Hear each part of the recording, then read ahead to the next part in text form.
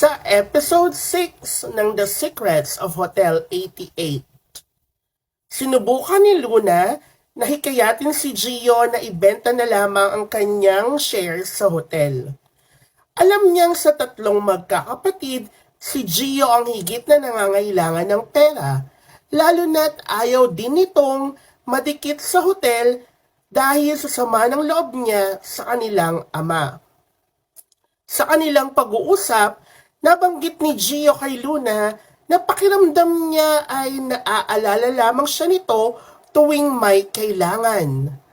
Para sa kanya, tila nag-e-exist lamang siya kapag convenient para kay Luna.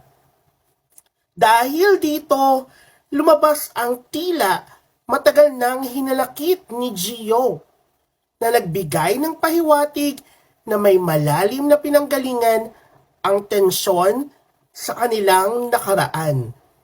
Sa huli, inamin ni Gio na kailangan niya ng pera, ngunit nanindigan na ayaw niyang makipagtulungan kay Luna.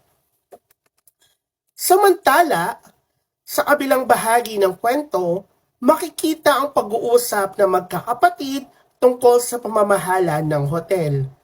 Matibay na ipinahayag ni Martin na siya ang nararapat na maging general manager.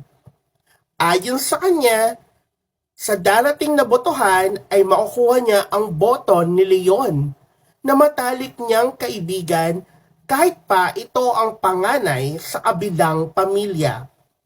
Gayunpaman, hindi kumbinsido ang kanyang mga kapatid sa kanyang pagiging kumpiyansa na iboboto siya ni Leon. Hindi nagtagal, nagsimula ang botohan upang malaman kung sino ang mamamahala sa hotel. Bumoto si Kiko kay Martin, habang si Jade naman ay bumoto kay Luna. Pinili rin ni Gio si Martin at ang bunsong kapatid ni Luna na si Justin ay bumoto para sa kanya. Sa puntong iyon, ang boto na lamang ni Leon ang hinihintay upang malaman ang magiging resulta. Sa huli, si Luna ang kanyang pinili na nagbigay sa kanya ng panalo sa botohan. Dahil dito, nakaramdam ng matinding pagkadismaya ang tatlong magkakapatid. Para sa kanila, ang mga anak ni Federico na nabigyan na lamang ng share sa hotel ang siya pang mangangasiwa sa resort na itinayo at pinaghirapan ng kanilang ama.